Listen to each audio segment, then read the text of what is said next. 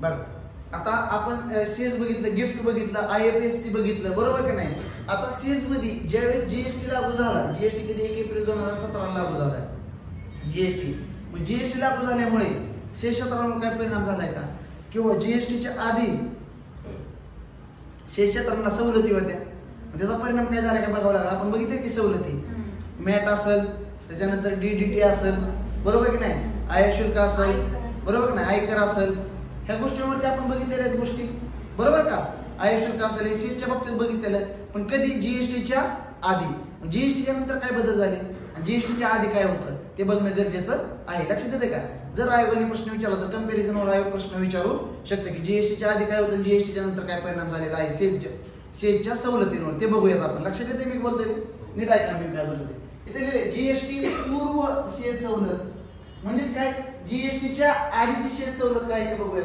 GST येण्याआधी काय सवलती होत्या सेजच्या कार्यक्रमासाठी, लक्षात येते का? सेज म्हणजे स्पेशल इकॉनॉमिक झोन. बघा आता परदेश आहे का, परदेश, परदेश, परदेश फॉर एक्झाम्पल घ्या इंग्लंड.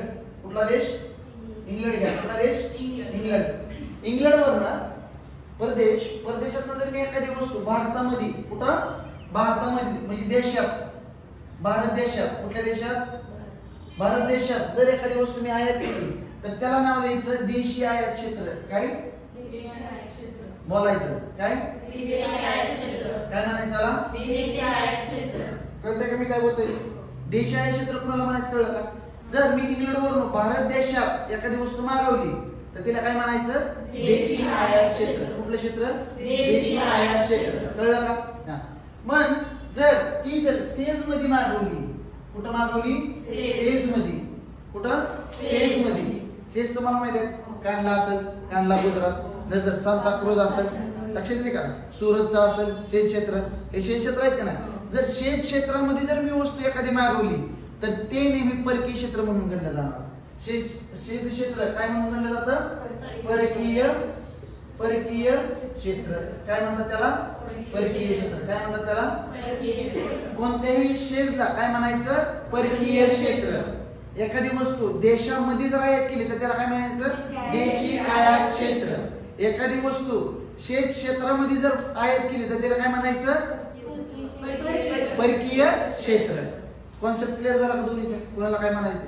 मग आता बघा, आता काय व्हायचं, जर मी परदेशातून फॉर एक्झाम्पल इंग्लंडवरून जर भारतामध्ये एखादी वस्तू आयात केली, कुठं? इंग्लंडवरून भारतामध्ये जर एखादी वस्तू आयात केली म्हणजे कुठं? देशी आयात क्षेत्रामध्ये जर एखादी वस्तू आयात केली, काय केली? आयात. तर त्या वस्तूवरती मला आयात शुल्क लागायचं. काय लागायचं?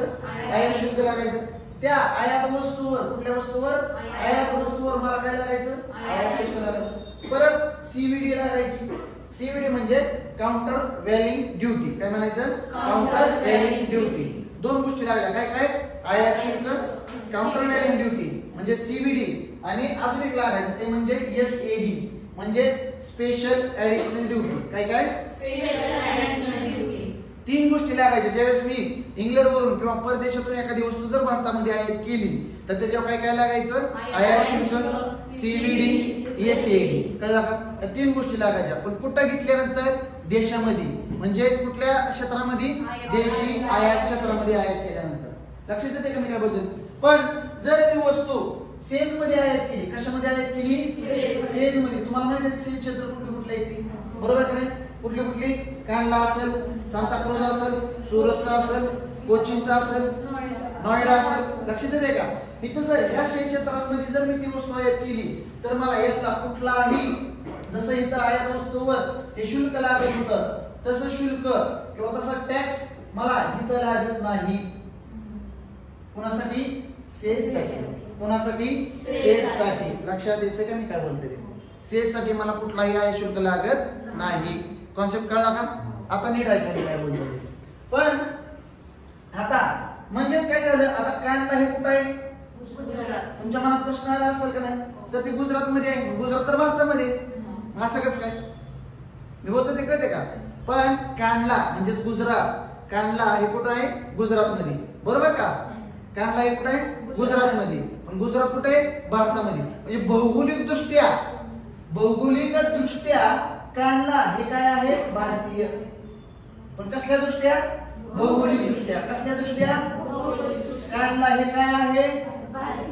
पण व्यापारी दृष्ट्या कांडला हे परकीय क्षेत्र आहे. कळलं मी काय बोललो ते? कांडला हे क्षेत्र किंवा कांडला सेज हे भौगोलिक दृष्ट्या जरी भारतीय असलं तरी व्यापारी दृष्ट्या ते परकीय क्षेत्र आहे. कॉन्सेप्ट क्लिअर झाला का? म्हणून परकीय क्षेत्रामध्ये आयात वस्तू केली, वस्तूची जर आयात झाली तर त्याच्यावर आयात शुल्क सीव्हीडी किंवा एसईडी लागत नाही. कळलं का? कारण सेजच्यासाठीच आपण डेव्हलप केलं. कळतंय का? आता कळलं का त्या गोष्टीचा? सेजच्या सगळ्या गोष्टी तुम्हाला माहित आहेत, शिकवलं एकदम इन डिटेल मध्ये. कळलं का? आता कर प्रणालीबद्दल बघतोय आपण त्याच्यातल्या. समजलं का? सेजच्या मग कांडला किंवा सेज क्षेत्र जे आहे ना, वस्तूमध्ये पण त्याला सूट होते आणि सेवा क्षेत्रामध्ये पण सूट होते. म्हणजे वस्तू बनवली तरी सूट, सेवा आयात केली तरी पण सूट, वस्तू आयात केली तरी पण सूट. सेज साठी अर्थ कळतोय का? मग भारतीय लोक अशी करू शकतात का की आता आपण शेज मध्येच वस्तू मागू आणि शेज मधनं आपल्याला मागून घेऊ? करू शकतात का? म्हणून जर तुम्ही वस्तू सेज मधनं जर वस्तू तुम्ही भारतात मागवली, सेज मधनं कुठं मागवली? भारतात. म्हणजे देशी आयात क्षेत्रामध्ये जर मागवली त्याच्यावर पुन्हा आयात शुल्क लागणार, त्याच्यावर पुन्हा करंट व्हॅल्यू ड्युटी लागणार, काय काउंटर व्हॅल्यू ड्युटी लागणार, त्याच्यावर पुन्हा स्पेशल ऍडिशनल ड्युटी लागणार. कुठं? कांडला क्षेत्रामधून जर तुम्ही देशी आयात वस्तू केली तर या सगळ्या गोष्टी कुठं लागणार? इथं लागणार. अर्थ कळतोय का? समजतंय का? करू शकतात का नाही इंडियातली लोक तशी? इंडियातली लोक काय करतील? परदेशातून इंग्लंड मधनं सेज मध्ये मागवतील आणि सेज मधनं म्हणतील चला आता घरी घेऊन जाऊ. म्हणून गव्हर्नमेंटने काय केलं? जर तुम्ही आयात शुल्क, काउंटर व्हॅल्यू ड्युटी आणि स्पेशल ऍडिशनल ड्युटी इथं जर भरत नाही, इथनं जर इकडे घेतली वस्तू तर इथं भरावी लागणार तुम्हाला वस्तू. कळलं का? इथं तुम्हाला काय भरावं लागणार? आयात शुल्क, काउंटर व्हॅल्यू ड्युटी आणि स्पेशल ऍडिशनल ड्युटी. तुम्ही सेज मधनं जर देशी आयात क्षेत्रामध्ये वस्तू मागवली तर तुम्हाला भरावं लागणार. कारण का? सेज हे काय? परकीय क्षेत्र. सेज हे काय आहे? परकीय क्षेत्र. कॉन्सेप्ट क्लिअर झाला का? काय अडचण? आता हे आयात वस्तूंवरती झालं. हे काय झालं? आयात वस्तूंवरती. पण देशामध्ये एखादी वस्तू बनवली का? आपल्या भारत देशात वस्तू बनतात का? बनतात. मग वस्तू बनल्यानंतर त्याच्यावरती लागतं उत्पादन शुल्क. काय लागतं? देशामध्ये जर एखादी वस्तू बनली, म्हणजे देशाच्या क्षेत्रामध्ये जर एखादी वस्तू बनली त्याच्यावरती लागतं उत्पादन शुल्क प्लस विक्री कर. काय काय लागतं? उत्पादन शुल्क आणि विक्री कर हे कशावरती लागतात? जर वस्तू देशात बनवली तर. पण जर वस्तू आपण शेज मध्ये बनवली, कुठं बनवली? शेज मध्ये बनवली. कुठं बनवली?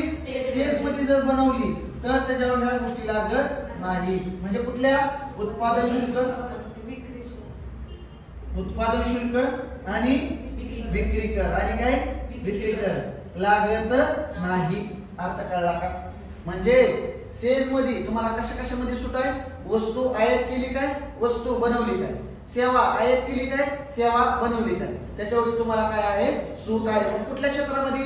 सेज क्षेत्रामध्ये. म्हणजे कुठल्या क्षेत्रामध्ये? परकीय क्षेत्रामध्ये. देशी आयात क्षेत्रामध्ये आहे का? कळते का रुचा? नक्की कळलं का? माने, प्रांजल, लक्षाने, श्वेता, गायत्री कळते का?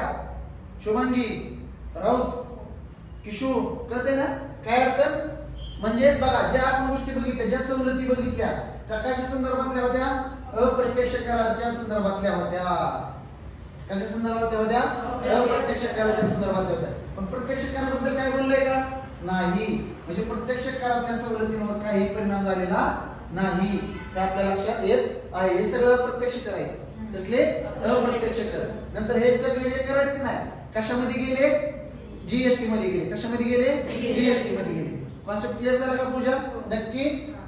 नक्की काय अडचण नाही. दोन गोष्टी बघितल्या, एक वस्तू आयात केल्यानंतर आणि एक वस्तू भारतातच बनवल्यानंतर. दोन वरती कॉन्सेप्ट आहे हा डिपेंड. वस्तू आयात केल्यानंतर काय परिणाम होतोय आणि वस्तू बनवल्यानंतर काय परिणाम होतोय. वस्तू आयात जरी केली पण कुठं? देशी आयात क्षेत्रामध्ये, तर त्याच्यावर आयात शुल्क लागतंय, सीव्हीडी लागतंय, एसईडी लागतंय. पण तीच वस्तू जर भारतात बनवली तर, म्हणजे देशी आयात क्षेत्रात बनवली तर उत्पादन शुल्क लागतंय, विक्री कर लागतंय.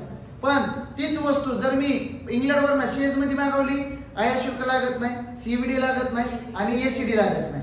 प्लस तीच वस्तू शेज क्षेत्रामध्ये बनवली तर मला काय लागत नाही? उत्पादन शुल्क पण लागत नाही आणि विक्री कर पण लागत नाही. पण जर वस्तू शेष क्षेत्रामध्ये मागवली, शेष क्षेत्रामध्ये बनवली आणि ती देशीय क्षेत्रामध्ये जर घेतली आपण, तर त्याच्यावरती आयात शुल्क लागणार, त्याच्यावरती सीबीडी लागणार आणि त्याच्यावरती एसीबी लागणार. कळलं का? काय अडचण नाही. हे कधीचा कार्यक्रम आहे? जीएसटीच्या आधीचा. कधीचा कार्यक्रम आहे? जीएसटीच्या आधीचा. पण जीएसटी नंतर काय झालं सेज मध्ये ते बघावं लागेल. जीएसटी नंतर काय झालं बघा आता. जीएसटी नंतर काय झालं? शेष क्षेत्रामध्ये सवलती आहेत का? तर हो आहेत. जीएसटी नंतर शेष क्षेत्रामध्ये काय आहेत? सवलती आहेत का? तर आहेत. कसं? परदेशातून नीट आहे का? परदेशातून जर मी एखादी वस्तू देशीय क्षेत्रामध्ये मागवली, कुठल्या क्षेत्रात? देशीय क्षेत्रामध्ये मागवली, तर मला आधी जीएसटीच्या आधी काय लागायचं? काय लागायचं? ते पण लागतंय आता लागतंय. प्लस त्या काळात मला काय काय लागायचं? आयात शुल्क, सीबीडी आणि एसीडी. आता सीबीडी आणि एसीडी हे कशामध्ये गेले? जीएसटी मध्ये गेले. म्हणून इथं मी वापरणार आयजीएसटी. काय वापरणार? म्हणजे आयात शुल्क लागणार मला, प्लस काय लागणार? आयजीएसटी लागणार. कळतंय का?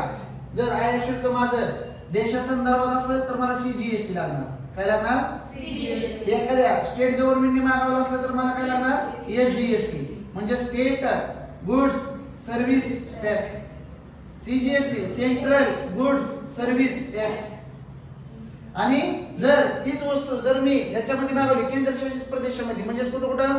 केंद्रशासित प्रदेश दिल्ली असेल, पॉंडिचेरी असेल, लक्षात येते का? लक्षद्वीप असेल, चंदीगड असेल, तिथे जर ती वस्तू मागवली तर माझ्यावरती काय लागणार? यूटीजीएसटी म्हणजे काय? Union territory goods service tax. कळला का? या गोष्टी आहेत. पण कुठल्या क्षेत्रामध्ये? देशीय क्षेत्रामध्ये. कुठल्या क्षेत्रामध्ये? देशीय क्षेत्रामध्ये. पण परदेशातून जर मी वस्तू कॅनडा शेज मध्ये मागवली, कुठं मागवली? कॅनडा शेज मध्ये. शेज म्हणजे काय आहे ते? परकीय क्षेत्र. तिथं जर मी ती वस्तू मागवली तर मला काय लागणार नाही? आणि काय नाही लागणार? आयजीएसटी म्हणजे integrated goods and service tax. कळलं का? लक्षात येते मी काय बोलतोय ते? जर परदेशातून म्हणजे इंग्लंड वरून, कुठून? इंग्लंड वरून किंवा अदर देश असेल कुठला पण, तिथून जर मी वस्तू मागवली कॅनडा शेजला, तर मला काय लागणार नाही? आयजीएसटी किंवा आयात शुल्क लागणार नाही. समजलं का? आणि जर मी कॅनडा शेज मधनं जर ती वस्तू देशीय क्षेत्रात मागवली तर मला हा सगळा कार्यक्रम कुठं मिळणार? इथं लागणार.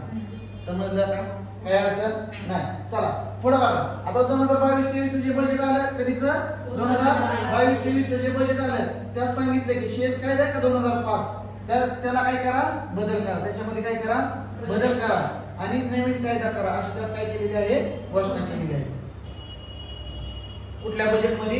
2022-23च्या बजेटमध्ये सांगितलं शेज कायदा जो 2005 चा शेज कायदा आहे त्याच्यामध्ये काय करा? बदल करा आणि नवीन शेज कायदा नाही लावलेला आहे. समजलं का? शेज या ठिकाणी आपलं परकीय व्यापार धोरण किंवा परकीय व्यापार हा चॅप्टर संपलेला आहे. तुम्ही कंबाईनला आणि राज्यसेवेला छान पद्धतीने व्हिडिओ बघा, लेक्चर बघा, वारंवार बघा आणि छान पद्धतीने अभ्यास करा. तुम्हा सर्वांना बेस्ट ऑफ लक.